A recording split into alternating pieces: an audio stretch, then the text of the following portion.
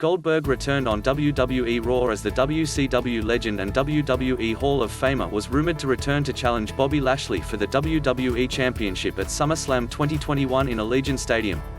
Coming off Money in the Bank 2021, where Lashley obliterated Kofi Kingston in a one-sided squash match, Lashley is set for a Clash of the Titans against one of the biggest box office draws in pro wrestling history.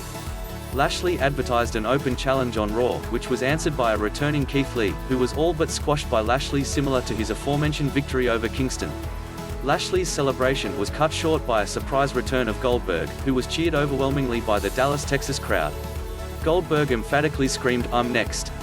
WWE Raw also featured the return of John Cena, who opened the show, in addition to the debut of NXT champion Karrion Kross amid fallout from Money in the Bank 2021.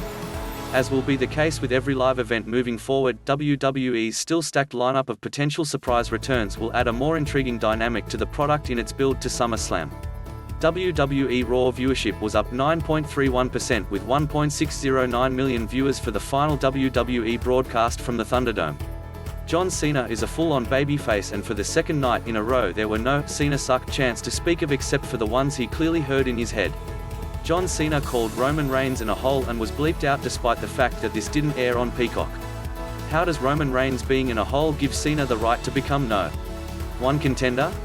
The crowd seemed a bit confused about Cena and Riddle's bro-off, however the fact that Riddle got the rub from John Cena speaks volumes about how WWE officials see him.